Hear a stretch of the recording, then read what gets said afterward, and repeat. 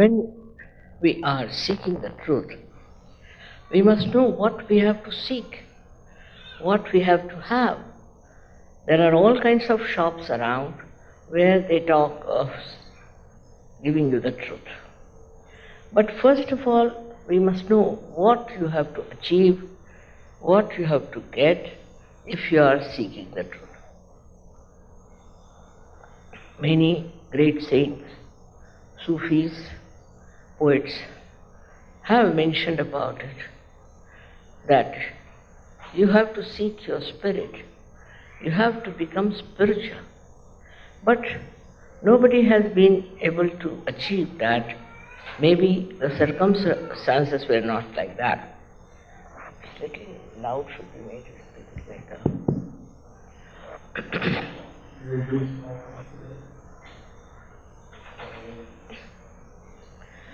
Now, when we talk of truth, we have to know that the truth is very simple to understand.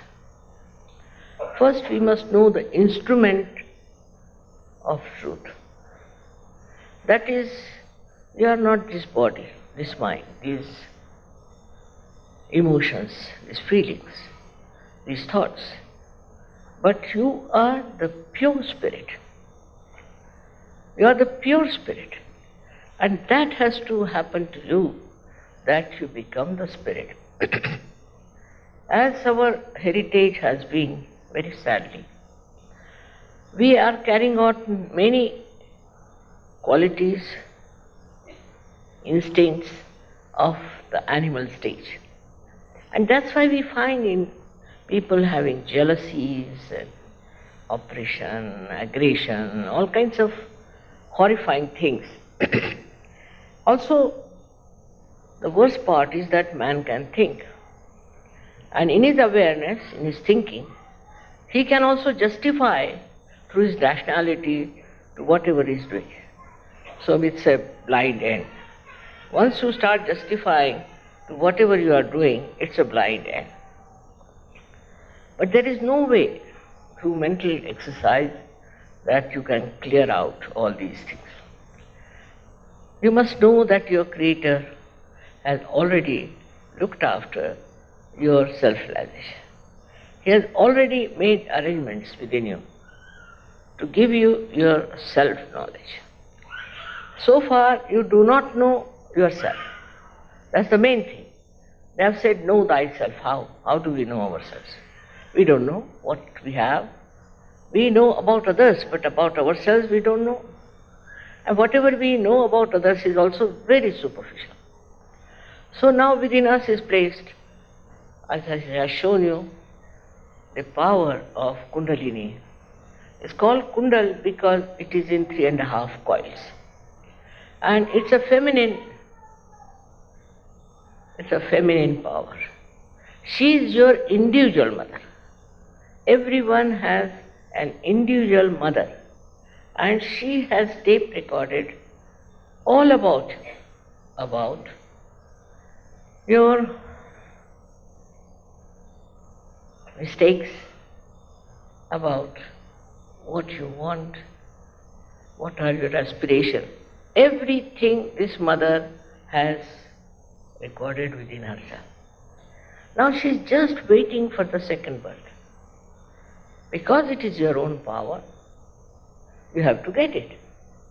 Sahaja means Saha means with, and Jai is born. Born with you is the right, is the birthright. That you get this yoga means the union with the divine power.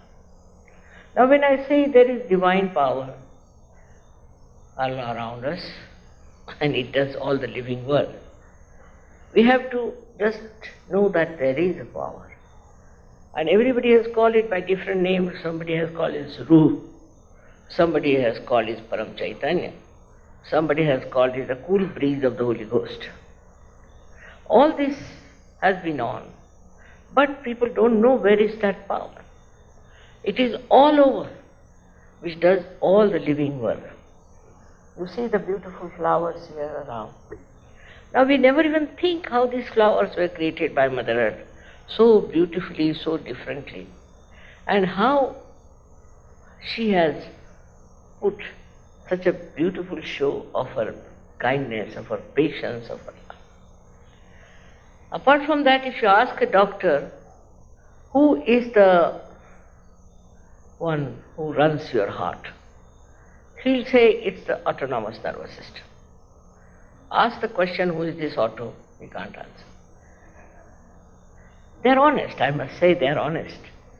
This is what we have to know, that all this work, living work, is done without any one of our efforts, effortlessly, and who does that work? So this all-pervading power of divine love, which you can call by any name, is around us. And it works out everything for us. This power knows everything about us. Also, it looks after us. It guides us. It thinks. It organizes. But above all, this power loves you. It's nothing but love and compassion. People have never known that they are loved by this all-pervading power. And when you start doing something against yourself, which is not love for yourself, then she punishes you in a way to guide you to the proper side. Now this power is surrounding us all through. But when we talk of the ascent of the Kundalini, it passes through 6 centers. You have seen that. The red one is the lowest one, we can call it the first or the 7th, is the power there to protect our morality, to protect the Mother Kundalini.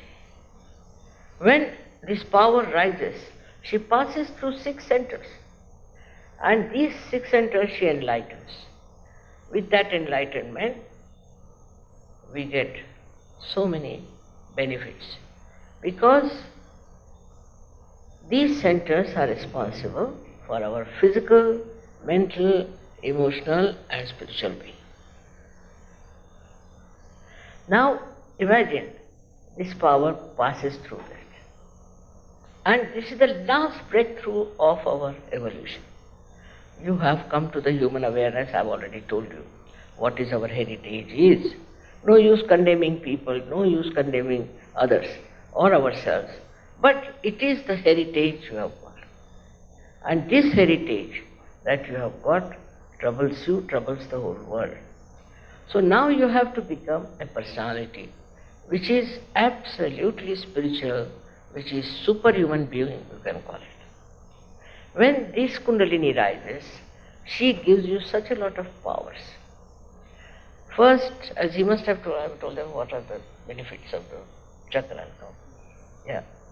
He has already told you that these benefits manifest within us, and you see that we become a very special personality.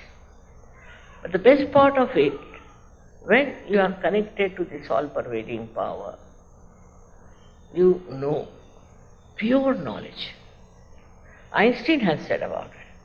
Einstein has said that if you go beyond the mind, there is an area called torsion area.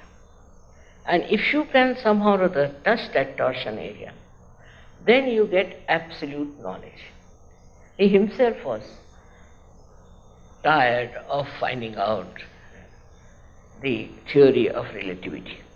And he was sitting in his garden after all that efforts he had put in his laboratory, and suddenly he says, I was playing with the soap bubbles, and from somewhere unknown, this theory of relativity dawned upon him. He calls that unknown place as torsion area. This torsion area we all can touch. By that you get pure knowledge. Whatever you know can be verified by scientific method. Science is just a knowledge from the torsion area that people try to find out, and when they find out, we think it's a very research. There's no research. It all comes from that area which is pure knowledge, absolute knowledge. Our knowledge is not absolute. But when you become, I should say, a Sahaja Yogi, you can feel on your fingertips what's wrong with your centers, what's wrong with the centers of others. Because you also become collectively conscious. You become collective. Now, can you imagine if we all know that we are part and parcel of one great personality? How can we fight? With whom to fight? Who is the other? This finger doesn't fight with another finger, does it? Because it is aware that they are part and parcel of one body. That's what happens to you. You become collective. And once you are collective, your knowledge of collective is also great. First of all, you know about your centers, and you know about the centers of others. If you can correct your centers, you can correct the centers of others also. This is something, such a power you have. Thus, you can get rid of your diseases easily. You can get rid of your imbalances. You can get rid of your schizophrenia and all those things. So many things you can get rid of. And we have definitely found out that it works. It does work. You can know yourself what's wrong with yourself and what's wrong with others. Then you don't condemn yourself, but you correct yourself. And once you correct yourself, you become a master. You become a master and you can correct others.